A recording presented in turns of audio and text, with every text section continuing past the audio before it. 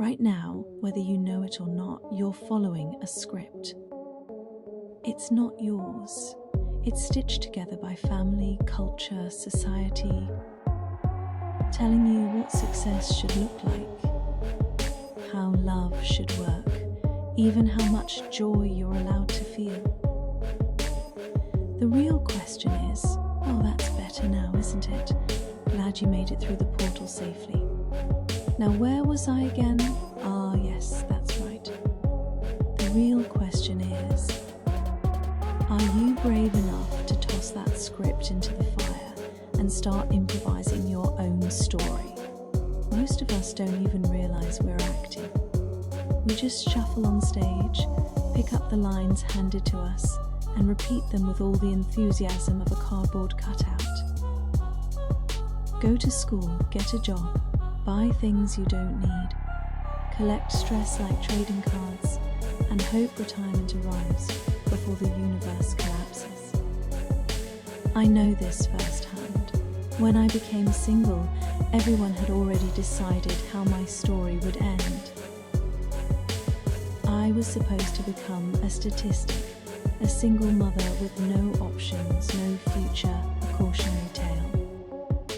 Someone people could put down to feel better about themselves, because what other choice would I have but to accept it?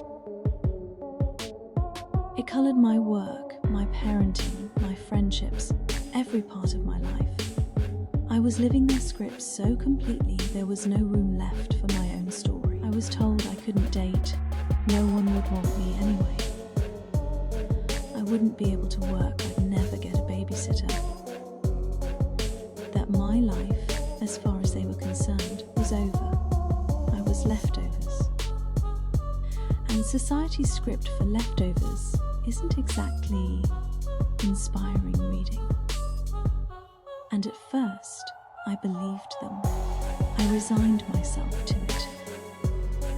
I carried their story like a heavy costume I couldn't take off. I was angry, tearful, resentful.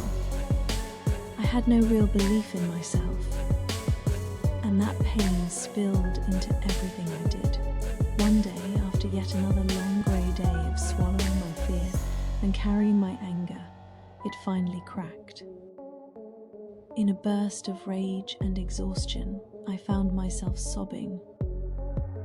The kind of sobbing where your whole body shakes and you can't stop.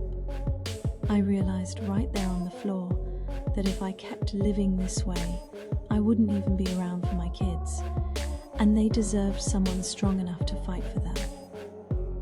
That was my line in the sand, my point of no return. I drowned my pain in those tears, swallowed my fear like medicine, and swore never again. In that quiet, hollow space after the storm, I reached for a journal and began to write. Not as the broken version of me, not as the statistic, but as if I already had the life I dreamed of. I wrote as if it was already mine. I wrote as if my suffering had already ended. I rewrote my story. And I can tell you now, it did not feel normal. It did not feel comfortable. It was not supported. But slowly, word by word, I began to live according to the story I was writing.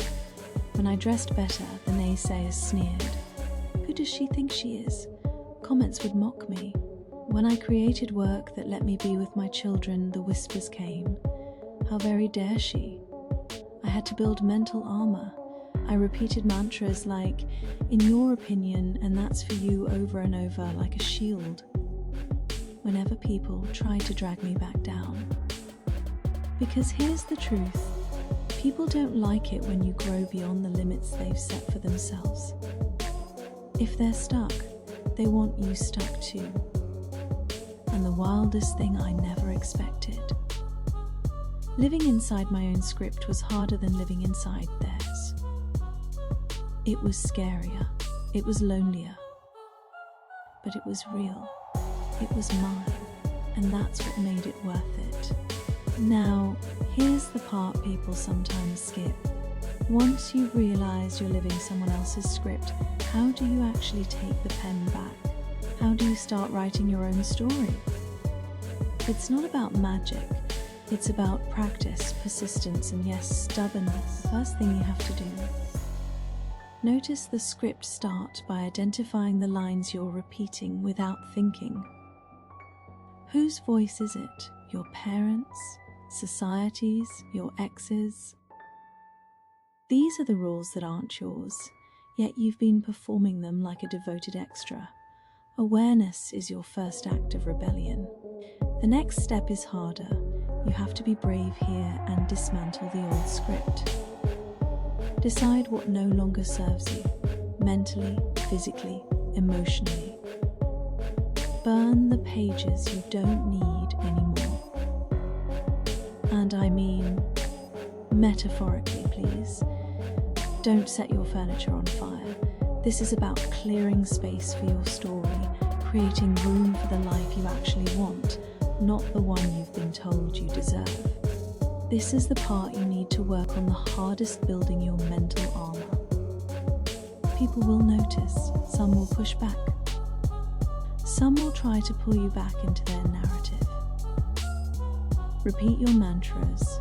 In your opinion, that's for me, worked for me, but anything that keeps you anchored in your story is what's needed. Growth makes others uncomfortable, but that discomfort isn't your responsibility. It's a sign you're on the right path. You have to learn how to embrace the chaos and the magic. Here's the secret.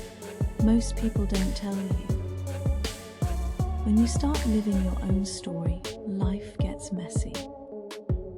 At first, opportunities, surprises, even dragons appear, but they're all yours. And in navigating them, you discover the kind of resilience, joy, and freedom that can't be handed to you.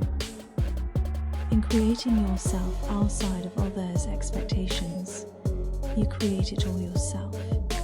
Embrace your own magic and become your own author, director, and main character. So start today. Pick one line you're tired of reciting, one rule you're tired of following. Tear it out, rewrite it, and act on it.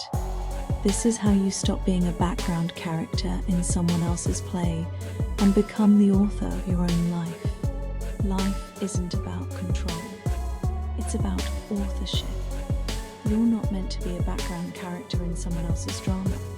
You're the author, the improviser, the one holding the pen.